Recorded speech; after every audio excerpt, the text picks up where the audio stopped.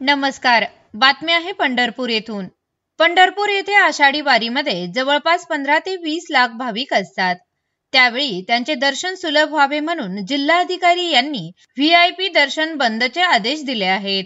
तरी सुद्धा जिल्हाधिकारी यांचे आदेश न पाळता खासदार, आमदार, नगरसेवक यांचे पत्र घेऊन अनेकांना जलद दर्शनाचा लाभ होत आहे.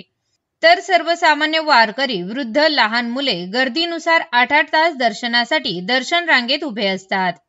व्हीआयपी दर्शनामुळे दर्शनास विलंब होत असल्याबद्दल खेद व्यक्त केला जात आहे. याबद्दल बोलताना दुर्गाताई माने काय म्हणाल्या पहा. आपले महाराष्ट्राचे आज देवेंद्र फडणवीस हे आपले मंत्री साहेब आज पूजेसाठी येणार आहेत. तर माझं एक इशारा आहे की या सरकारला आणि या मंदिर समितीचे मनोज सोत्रे साहेब, गहिनाथ हौशीकर महाराजांना सुद्धा माझा इशारा नव्हे तर ही मी करून दाखवण्याची आहे की ह्या लोकांनी फक्त एवढंच करावं की येईल त्या 2 दिवसात मी इथं नामदेव पायरीपाशी आंदोलन करत आहे.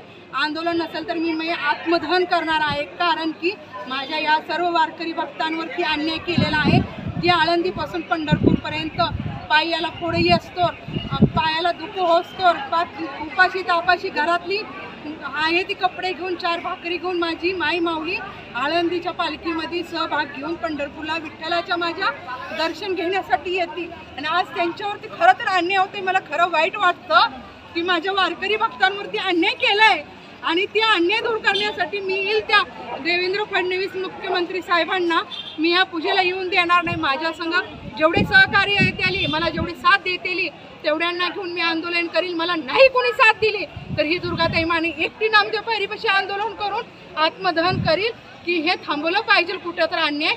हे खासदार यांच्या काही महिला व काही त्यांची माणसं एका फोन त्यांच्या पीएच्या फोनवरून इथून व्हीआयपी दर्शनाला सोडलेलं आहे. जिथून त्यांचं व्हीआयपी दर्शन पास झालं त्यावेळेस त्यांचा एक कर्मचारी येऊन त्यांना नामदेव पायरीपासून आत सोडतो. आतमधून त्यांचं व्हीआयपी दर्शन जातं आणि स्वतः त्या महिलांनी मला तोंडाने सांगितलेलं आहे. त्यांचं रेकॉर्ड माझ्याकडे आहे. त्यांचं व्हीआयपी दर्शन कशा पद्धतीचं झालं आणि त्यांच्या 5 महिला व्हीआयपी दर्शनाला सोडल्या. जेव्हा 2 महिला राहिल्या त्यावेळेस त्या महिलांनी मला रिक्वेस्ट केलं की दुर्गाताई आमच्या ह्यातल्या 2 महिला राहिल्या आहेत, तुम्ही दर्शन घडवून देऊ शकता का. कारण आज ही बारी बघा, पत्राशेड बघा, आज आळंदी ते पंढरपूर पायी यात्रा करणारे माझे सर्व वारकरी भाविक भक्त आहेत आणि त्यांच्यासाठी मी आज मैदानात उतरलेली आहे.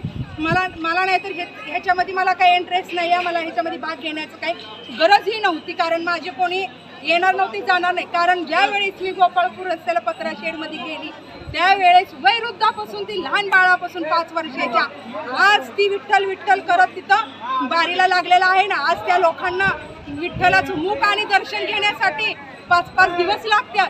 मग तुम्ही सांगा हे व्हीआयपी मोठ्यांसाठी व्हीआयपी दर्शन का. व्हीआयपी दर्शन प्रांतांनी सगळ्यांनी सरकारने बंद केलेलं असून तुम्ही व्हीआयपी दर्शन देता.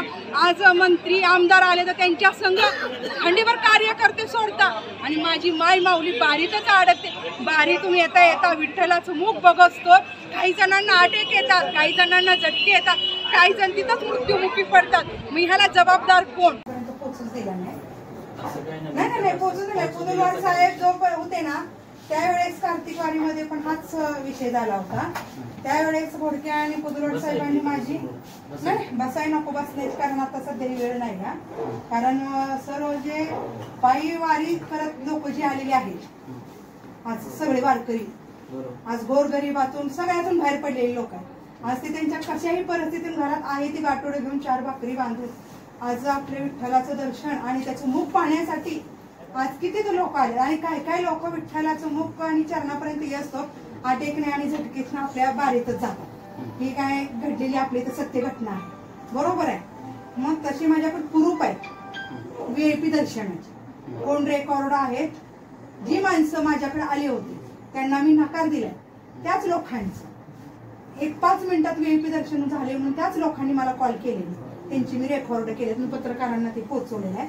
आणि व्हीआयपी दर्शन आज आपलं ते कुठलं भवन खालचं तुकाराम भवन मधून मी तिथे व्हिडिओ सुद्धा घेतले. आणि तिथं काही आमचे खरं तर आमचे श्रीरंगाप्पा बारणे हे आमचे फॅमिली मेंबरच आहेत, माझ्या भावाचे खास मित्र पण आहेत आणि ते मुलगी पण मानतात मला आणि त्यांचीच लोक.